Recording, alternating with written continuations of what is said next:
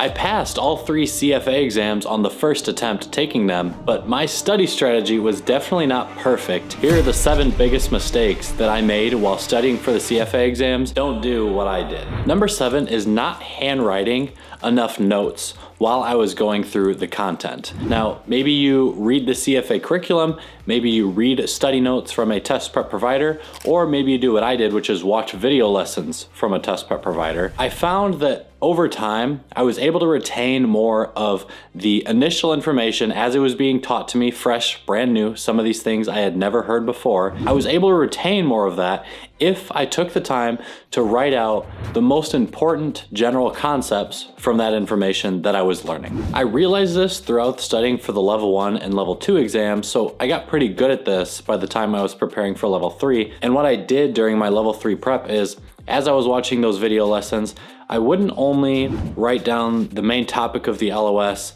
and then a couple bullet points. I would actually write out the thought process my brain was going through as I sort of absorbed the information. That was pretty critical because anytime I was unsure on how to answer one of the practice questions that was presented to me, or more importantly, 3 months later when I was doing a final review and going back through this old information that I had just learned while watching those video lessons, I was able to sort of replicate the thought process my brain had to go through to absorb all that stuff.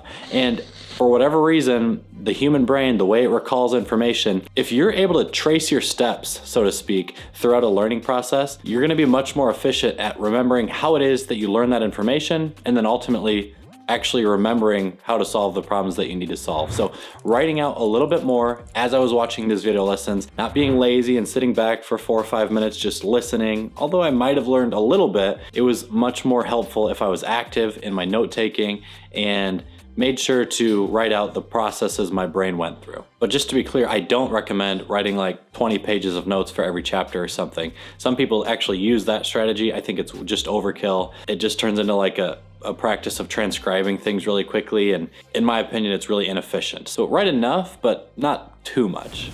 Quick plug for myself, if you want a walkthrough of every single little detail that I optimized and practiced to sort of perfect my CFA study strategies, I now offer a video course where I go through every little step along my CFA study journey and how I felt that I optimized the time that I spent so that someone with sort of an average intelligence could actually pass all the exams. The link for that video course is in the description down below. The next one was something I had to do out of necessity, but it's definitely not a good idea if you can avoid it. And that was skipping a section, an entire LOS actually. And for me, that was in the level 2 derivatives book, the section on valuing currency swaps and I think pricing some of the currency swaps. I read the information, I watched the video lesson, but I was never able to get any of this stuff actually absorbed into my brain or understood. So when I was in the final 6 weeks of review and I was doing mock exams and looking back through practice questions, I wasn't answering any of these questions right. I think I spent maybe a day and a half. So for me, that was 4.5 hours going back through those video lessons and the curriculum and the CFA books to try to comprehend those very difficult questions. At least they were very difficult for me. I just ended up deciding in the last 5 weeks before the level 2 exam, I wasn't learning enough new information that could potentially help me enough on the exam answer more questions right. So I just skipped it and said, my next 4 weeks can be used studying more material that is on topics I can actually probably comprehend in my brain, get myself sharper on answering those things more accurately. And then of course, the last week before the CFA exam, I go into my final week prep. But the point is, it's not optimal to write off a section completely and go, well, I can't figure it out, I'm just not gonna study this anymore. If I had to do it again, I would have just allocated a little bit more time and maybe like bought a Mark Meldrum video or something, because since that point, I later heard that he is like the master of teaching that concept. I would have looked for other resources, spent more time, figured out a different way than what I was currently doing to actually understand that material, so that if the questions came up on my real exam, I could have answered them correctly. Number 5 is that I spent a good amount of time feeding off of fear. I had a few different motivations throughout studying for the CFA exams, things that kept me focused and determined. The biggest one just being the motivation to stick to the plan that I laid out, which is something that I cover in my video course. But a lot of the time that I was like really engaged in studying, it was out of the fear of failing. I was so focused on not only putting in my full effort, but trying to get to the point where my full effort would be enough for a pass result. I really didn't want to fail. I didn't talk about it that way publicly, which I'll talk about also later in this video, but the point is I was scared that I was going to fail, and I let that be a big motivating factor, which isn't necessarily bad, but it would have been much better to be more like excited about the prospects of passing and let that be a primary motivating factor. There were a handful of nights, and I can remember a few of them specifically, where I would wake up in the middle of the night, not necessarily from like a nightmare, but I would just kind of wake up in the night, go to the bathroom, whatever, it's 3 a.m., and I would start thinking about what I had studied that day or just the exam that might be coming up in months from that point. And I would start to become really fearful and become very energized, and my brain would just be on like a light switch and go, okay, it's time to study. So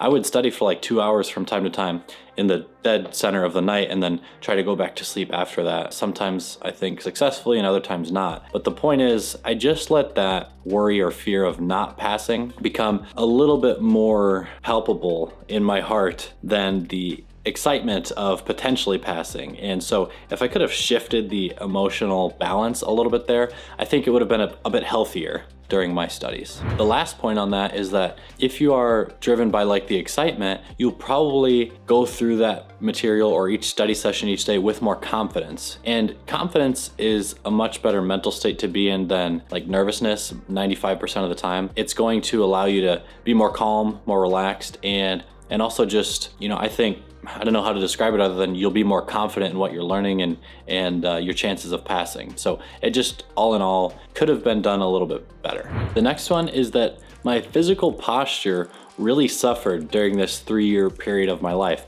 I was actually in really good shape before starting the CFA exams. I lifted weights and ran a lot during college. And then when I started studying for the exams, I'm not blaming the CFA program. I really adopted more of like a lazy, sedentary lifestyle during that 3 to 4 year period. Specifically, every day for that 3 to 4 hour session, when I sat down at the little desk in my house, I was like studying like this all the time. I think just hunched over. I had like a horrible chair. It wasn't an ergonomic chair.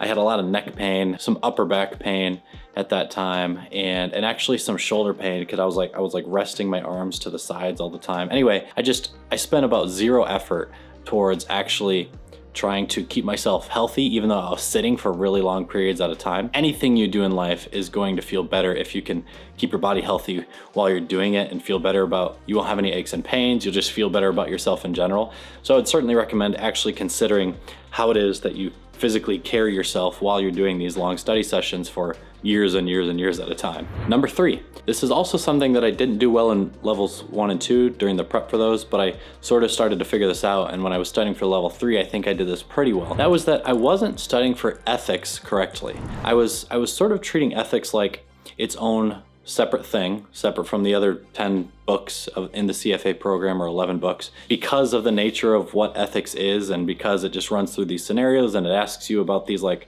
psychological problems or ethical problems. It doesn't involve a lot of math or any math at all. I said, okay, I need to tackle this in the way that it's being presented and really like ponder on ethics. And so what I ended up doing is what I think a lot of people do, and I would like reread all of the ethical standards, and I would read examples on how the ethical standards get applied, but I just spent a lot more time like passing through content when I was studying for ethics rather than doing practice questions. That was my big mistake in studying ethics. I spent more time reading than I did practicing. At the end of the day, that's what it amounted to.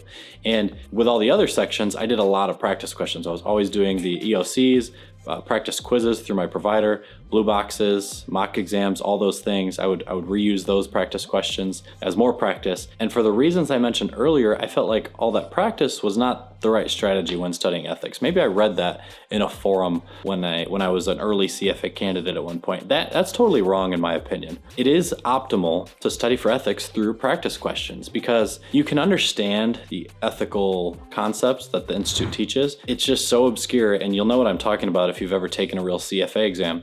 The way that they ask these questions can be so obscure that the question is only going to seem to partially relate to some ethical standard that you've read about in the past. I specifically remember some questions, actually I remember the exact questions still, that I wouldn't have gotten right. I'm saying that I got some questions right on my real CFA exams, not because I had a great understanding of the ethical concepts, but rather that I had practiced some random questions 4 months prior that actually aligned almost exactly with the question I was presented with on my exam. You gotta know the concepts, read them once or twice, but don't treat ethics as a totally separate thing. My recommendation is to treat it just like all the other sections where you read it, but then you just do a ton of practice questions. Just like everything else, ethics is best learned through trial and error. And that's done answering practice questions, getting them wrong, figuring out what the institute wanted you to do in each situation, and then correct it and know how to answer it right the next time. Number 2 on our list is a little more personal one to me. This may or may not apply to your life directly. I was not telling many people in my life, very, very few people actually at all, what I was really engaging in the 3 years that I was studying for CFA exams. And it was because I understood the statistical reality of the CFA program, that like 10% or less of level 1 candidates ultimately become charter holders.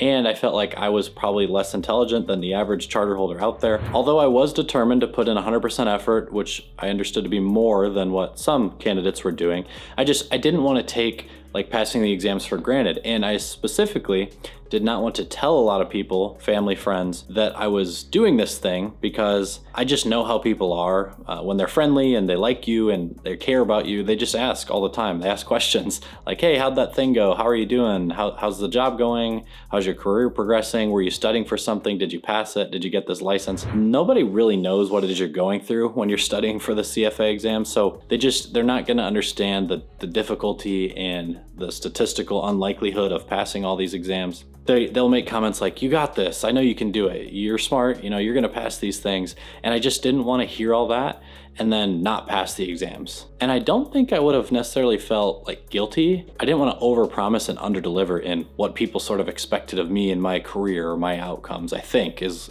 probably why I did this. But that was sort of out of fear as well, or maybe pride. And if I had told more people what I was doing, maybe they could have been encouraging, or when I wasn't showing up at friends' houses or family events or things, they would have been like not mad at me sometimes. Not that people were mad at me all the time, but from time to time it happened, because you have to sacrifice a lot to prepare well for the CFA exams. So there were just things in my life that probably would have went better over that 3-year period had I told more of my family and friends about what it is exactly that I was pursuing at the time. And maybe if I had failed the exams, I'd be glad that I didn't do that. But ultimately, even if I did tell everyone and failed, it would have been a little hit to my ego, but maybe I still would have had like a better experience during my studies. So I would recommend just be transparent with people in your life about what you're actually doing. All right, thanks for sticking around to the end. The number 1 biggest mistake, and I believe this bar none, this is the biggest mistake I made while studying for the CFA exams. It's also a huge mistake I think people make throughout many walks of life,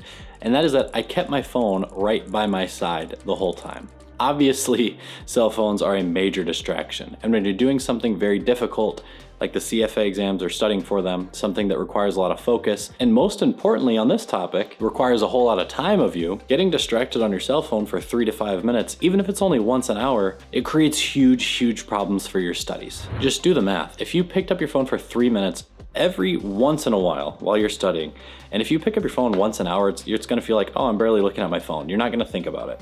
But 3 minutes once an hour on a 3-hour study session, which I did every day for 6 months, that adds up to 30 hours at the end of your 6-month period. That's a whole lot of time. And that 30 hours is either gonna bite you for one of 2 reasons. You are gonna sort of be lazy with that missed opportunity or that missed time, and you're not gonna make it up. And you're going to have spent 30 hours less studying. So instead of 400, you did 370. Well, that's like 8% less time spent studying. And assuming your time spent studying is beneficial and you're learning things, that means that you're gonna know 8% less. That can definitely make the difference between passing and failing. I would argue that the vast majority of people who pass the CFA exams do so by a margin of less than 8%. Most people who could become CFA charter holders, if they spend just 10 minutes a day on their phone while they're studying, may not.